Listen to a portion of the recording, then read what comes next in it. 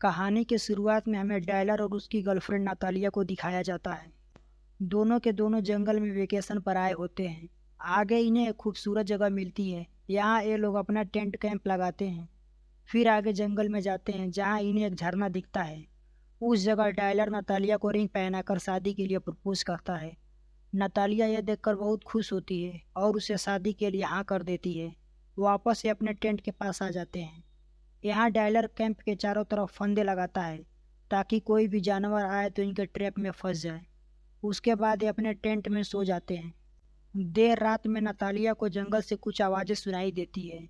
वो डायलर को उठाती है और कहती है हमारे टेंट के बाहर कोई है।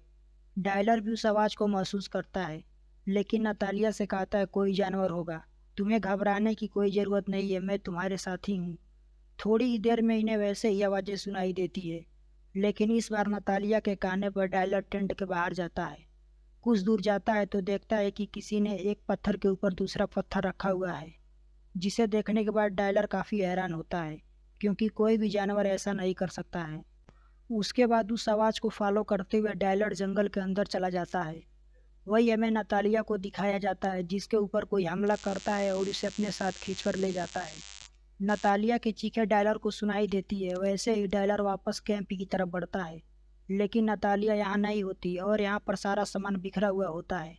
डायलर को समझ नहीं आता कि ये किसने किया। नतालिया को पुकारते हुए जंगल के चारों तरफ उसे ढूंढता है, लेकिन नतालिया का कुछ पता नहीं चलता।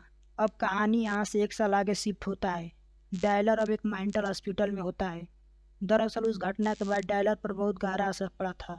उसने अपनी दिमागी संतुलन खो दिया था, लेकिन अब लगभग लगभग ठीक हो चुका है।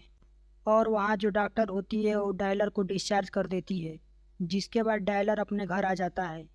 यहाँ उसकी मॉम डायलर को वो सारी चीज़ें देती है जो पुलिस को घटना स्थल पर मिली थी।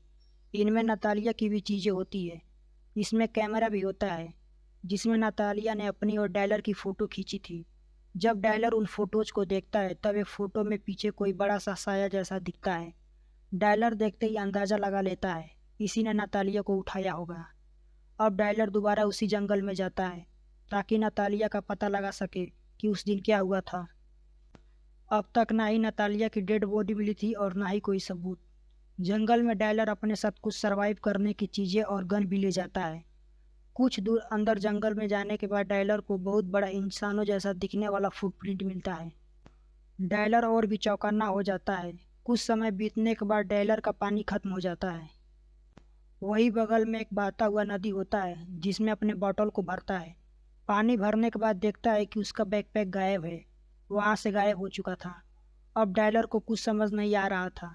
अब रात होने वाली थी। डायलर वापस अपनी कार में चला जाता है और पूरी रात कार में ही बिताता है। सुबह होने पर जब उसकी आंखें खुलती है तो चारों तरफ धुंध होती है। उसी वक्त वो क्रिएचर उसके गाड़ी पर हमला कर देता है। डायलर अपनी जान बचाने के लिए उसकी तरफ गोलियां भी चलाता है। फायरिंग होते ही क्रिएचर वहां से भाग जाता है। तभी डायलर के पास एक शिकारी आता है जिसका नाम एलाइव होता है। गोलियां सुनने के बाद वो इस जगह पर पहुंचता है। फिर एलाइव उसे अपने कैंप तक ले जाता है और कहता है मैं तुम्हें पहचानता हूँ। मैंने 1 साल पहले तुम्हें न्यूज़ में देखा था, जिसमें बताया गया था कि कोई क्रिएचर एक लड़की को उठा कर ले गया है। इसलिए उसी दिन से मैं उस क्रिएचर का शिकार करने के लिए इधर उधर भटकता रहता हूँ, लेकिन आज तक मैंने उसे कभी नहीं देखा। उसके बाद डायलर को एक पेड़ के पास ले जाता है, जिस पर एक सारा सामान बिखरा हुआ है। किसी ने इनके टेंट को बहुत बुरी तरह से उखाड़ पुखाड़ दिया था। ये समझ जाते हैं कि ये बिग मैन का ही काम है। उसी समय अजीबोगरीब आवाज़ें आने लगती है और उस आवाज़ का पीछा करते हुए आगे बढ़ने लगते हैं। अचानक डायलर एक गड्ढे में गिर जाता है। वहाँ देखता है कि बहुत सारा कंकाल और खून बिखरा पड़ा है। इन्हें समझ में आ जाता है कि बिग मैन जिन भी इंसान को जानवरों को पकड़ता है उन्हें मारने के लिए इसी जगह का इस्तेमाल करता है। तभी कोई एलाइव के पैर पर बड़ा सा पत्थर चलाकर मारता है, जिससे एलाइव का पैर टूट जाता है। यह देखकर पेड़ के पीछे डायलर अंधाधुंध गोलियां चलाता है। फिर एलाइव को अपने कंधे पर उठाकर एक पेड़ के सुरक्षित जगह ले जाता है। उसे पता है कि उसका पैर टूट गया है और उसे ट्रीटमेंट की ज़रूरत है, लेकिन डायलर के पास मेडिकल बॉक्स नहीं होता। डायलर एलाइव से कहता है मैंने अपना बैग उसी जगह पर देखा है।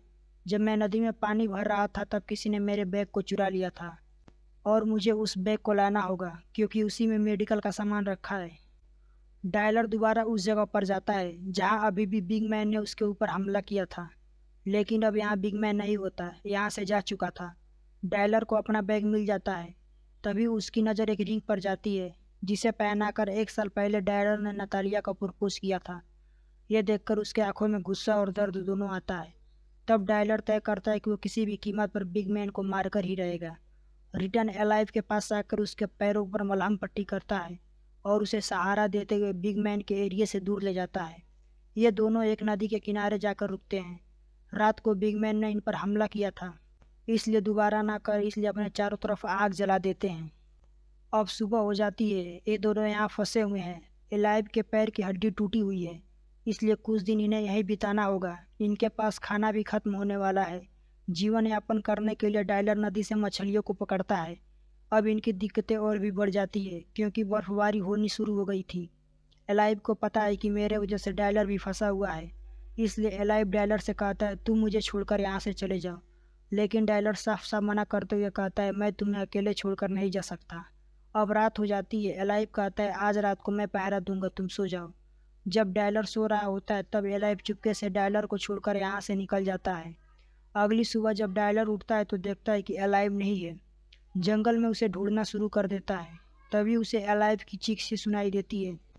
आवाज़ की तरफ भागते हुए जाता है तो देखता है कि एलाइव ने बिग मैन को मार दिया है।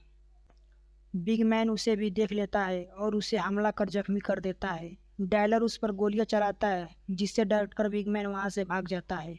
अब तो डायलर और भी गुस्सा हो जाता है और फैसला करता है कि जब तक मैं बिग मैन को नहीं मारूंगा तब तक इस जंगल से नहीं जाऊंगा।